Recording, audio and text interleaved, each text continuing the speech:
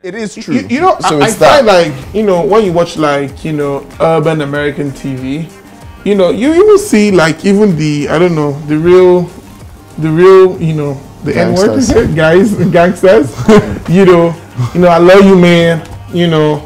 Yeah, but they have said it to me. Do you know? But their chest was up. But what they call it, we Nigerian men, we don't have a slang for it. You didn't grow up. Even some fathers did not tell their son they love them. Yeah, true. And that's so sad. That's some Oyibo thing. What's that? Don't you know you love all this money that I'm providing for you? Isn't it? What's that? Don't you know that's what I love? Stupid child. I knew I couldn't have given birth to you. Funke, come and get yourself.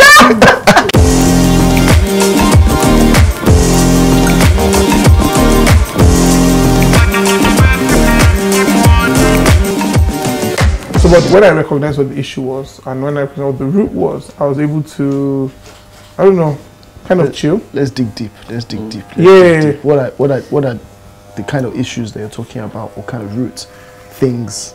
Just root things like, you know, just not feeling good enough. You know, then just thinking that, you know, this may be one good thing that I've done according to plan that I'm good at. It's not even falling apart. Yeah. Are you kidding me? Me, for example, just always, I don't know, would I say, always blaming myself that it's because I'm not good enough. Yeah, I wasn't good enough to start with anyway, so. But when you now understand that that's the pattern. I think there's noticing that, because for me, I don't think that I noticed that was like a thought track. So that inferiority that I thought, I didn't notice it was inferiority complex. Exactly. So like what it was that, okay, so now it comes to things like, even when we look at relationships, you now start worrying about things like money. Do I have the money to be able to do this? But really the money was a sense of, I feel like would that money give me the ability to feel like I'm therefore worthy? But you didn't actually realize that I was looking for worthiness. I just thought I was looking for money. Money has a certain way it makes everybody feel. I mean, but when you now understand that your like your roots and your source of joy and happiness and worth isn't are not those things. Not those things, and it's tough. Me that I'm talking here, hey, I'm needing cash to maintain this, you know, awesomeness. But when you realize that, when you understand that you were worthy and awesome and valid before money, because I know relationships now that, you know, low key, the woman had to cover up and save face. I know this will get into this whole potential, if the guy has potential or not, but pretty much active potential. Those I've noticed now. See, let me tell you something. Some things take time. That's just really the truth. All fingers are equal. Come on, guys. Do you understand? It's a process. Somebody will blow at some point. Somebody will blow at some point. Let me tell you what I've been thinking about lately.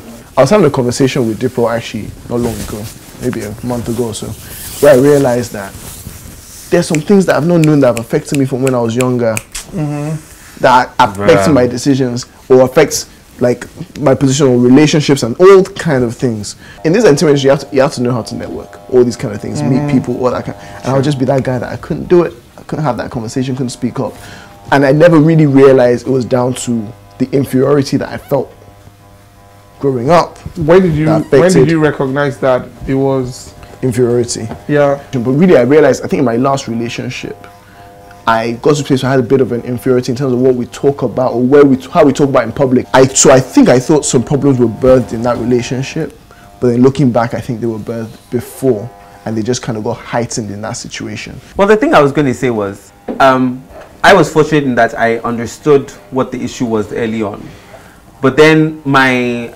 approach to dealing with it was very unhealthy.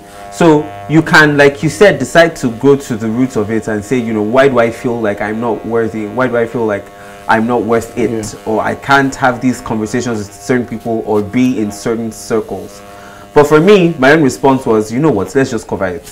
Gotcha. So I had like a bigger than life. And so you're just filing everything. Exactly, bigger than life attitude. And what that does is, first of all, it makes you fake, because people who are real will see you and know that that's the genuine kind. There's something off. Yeah.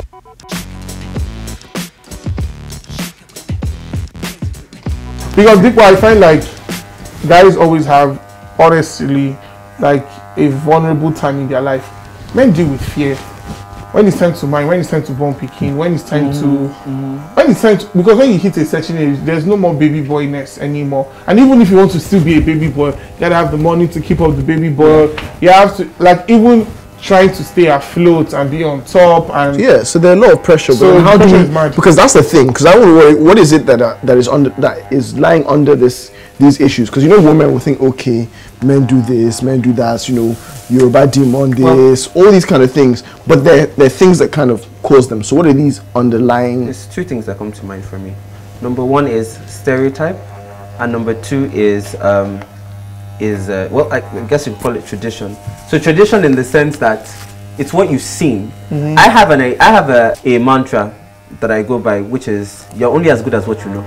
Yeah. So if I see somebody do something and that's what I know, that's just as good as I'm gonna be. Do you know what I mean? Like, I know, for example, random example, I know never to hit a woman. Yeah. Not because somewhere just fell into my head that it's not good to be. It's because literally the people around me never did it. Yeah. I never saw it. And you know what is weird? People that hit women might know not to hit a woman because it's because everyone says don't hit women. But if you've seen it happen, right? You, as much as your intellect knows something, your heart knows something different. Often enough, if you've seen it often enough, yes. Exactly. It does get ingrained. Because when you are seeing it, you're like, but nobody beat him. As in nothing, no consequences. And this is the person that, if it was a parent, this is somebody that you therefore were so exposed to that it's hard for you to. Sometimes you can hate something that a parent does and find yourself doing it because it seems like the natural reaction when you haven't been taught how to deal with certain things. Right. Your body naturally evolves to that. But yeah, stereotype. I think you see it's that idea that all men do this, all men do that, and so you are like justification. So even when I want to talk to a friend, so if I, for example, I want to call Fregz and say, Fregz, today is just my life is just going in freaking left field. I can't do that because everybody is saying men don't do that. So I'm afraid that if I call Fregz, he might maybe laugh at me, or judge me. So already there's minimum who can you talk to? You can't. Exactly. That's why I think one of the most important things I tell men is you can only pray to have good friends.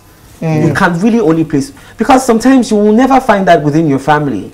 Yeah. Most cases, most men will never find that with their fathers, for example. It's sad, but that's what's happening in Nigeria. I like how you say most fathers though. No, that's not all fathers. Some fathers are amazing, but it's not well.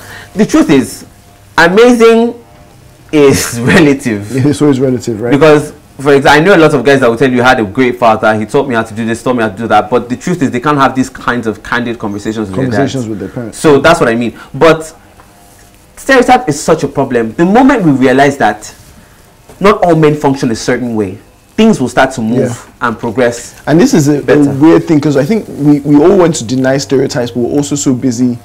You're kind of pressured into living in them. What happens is a lot of people, the reason why we stereotype or the reason why we insult each other is because you see something that you cannot relate with. So the next option, instead of trying to understand is to mock it or to run away from it. It's one of those two. Usually to mock it with Nigerians. Exactly, Nigerians. To mock it to the death of it. And so for me, I was like, you don't want to get mocked. So what's the alternative? So it was a lot of me trying to act like the other boys and being manly. Is they don't even notice it. To them, you're still failing at it. So so it's like you're trying to be somewhere, but you're still being excluded from that place. Do you know? You're trying in vain. You're just doing yourself there. However, again, back to what we're saying, when you understand that you're stereotyping or you are going to be stereotyped, you make peace with it. You deal with it. So that thing is, it takes a level of confidence. Now, how do you deal with people that don't have that level of confidence yet? How do you give people that confidence? Honestly speaking, I would say be an example. Be the change, and talk the talk. Like if you're talking the talk, walk the walk, pretty much. Yeah. Like me, for example, until I really, culinary school was the one time in my life I felt at home. I was like, oh my God, there are other people like me. I'm not mad. Because I'm obsessed with food. Yes, everybody hailed me. My family cheered me on. But it was nice to see like 300 other people doing the that same just did the same thing as me. Yeah, and I know that feeling. I remember when I fell in love with acting when I was at school, I used to be able to be that person. There was a time they had a mattress for me in drama department because, you come here, I wasn't exemplary at football and all that kind of stuff. So what you're trying to say, it was that you didn't exactly like a lot of things that were stereotyped that guys should did, like, right? And what they call it, and you assumed you were a cool kid, but apparently you weren't.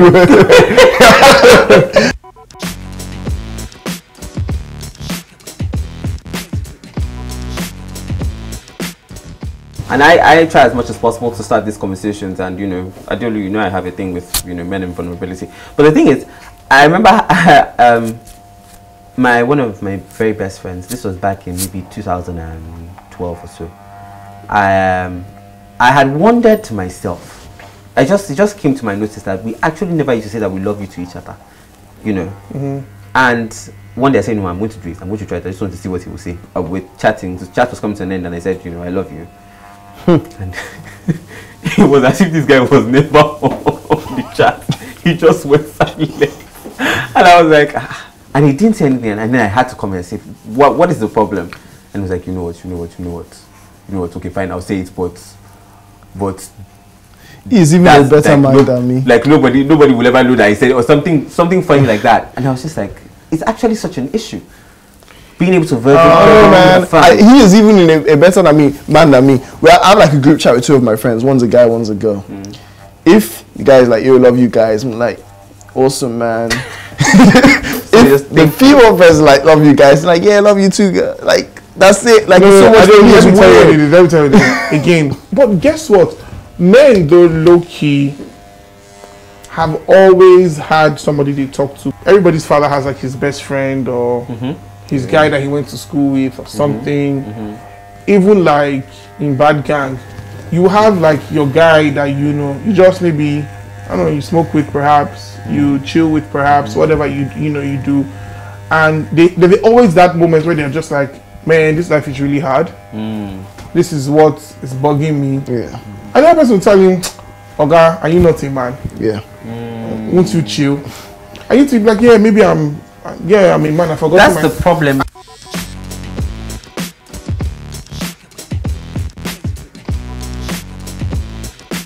What I do think is that we need to get to a place, like you said, of being an example to people, because we need to help.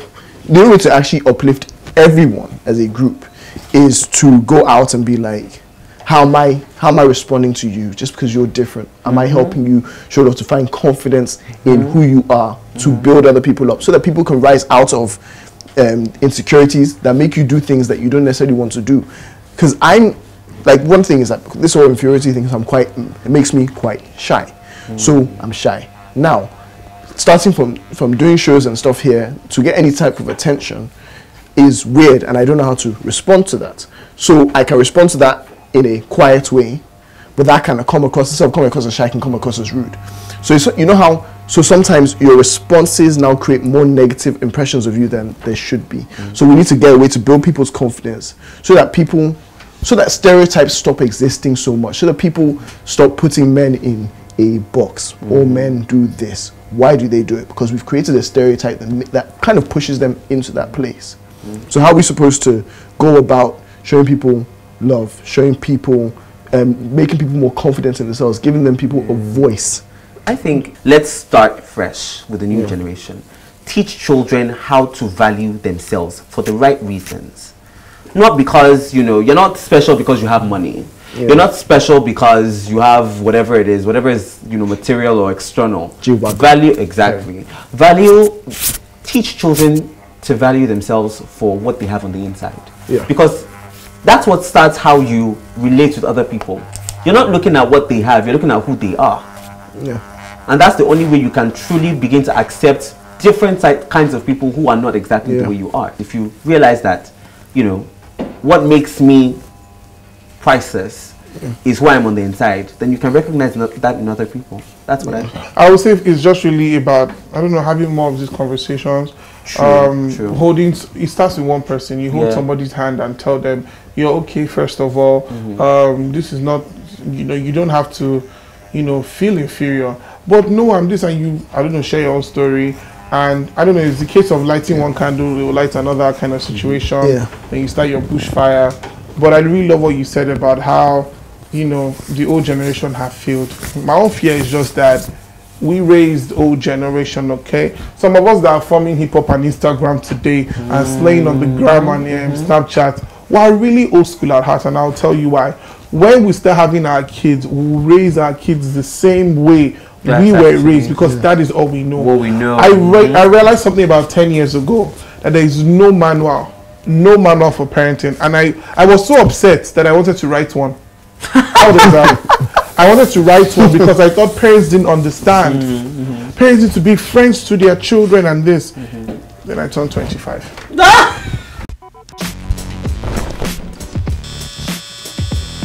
I'm almost 30 now, and I'm responsible for so many people. And I get it now. What you've said is something that we consciously need to talk about and have, more conversations like this, so that when those kids come, even if we're not, like, we can't, Adeolu, do you have any child that you're going to realize this when you leave? No. But when we keep having this conversation, it will be in your subconscious, it will be your spirit, so that when you have these kids and the day you want to just do it as you know it, you one day you pull back. Yes. You pull back and see that it's not, your child isn't coming first in class. It's okay. How are you doing? Exactly. It's your child's first month in first term at secondary school. Yeah. You need to sit him down. Are the boys? Are you being bullied? Yeah. And you're not asking your child because you want to go to school and make trouble, which our parents did. It's not a case of you didn't complete your notes, you stupid child, they're wasting my money. Like, how are you feeling? Are you noticing your interest? How much of a support system are you going to be to that child?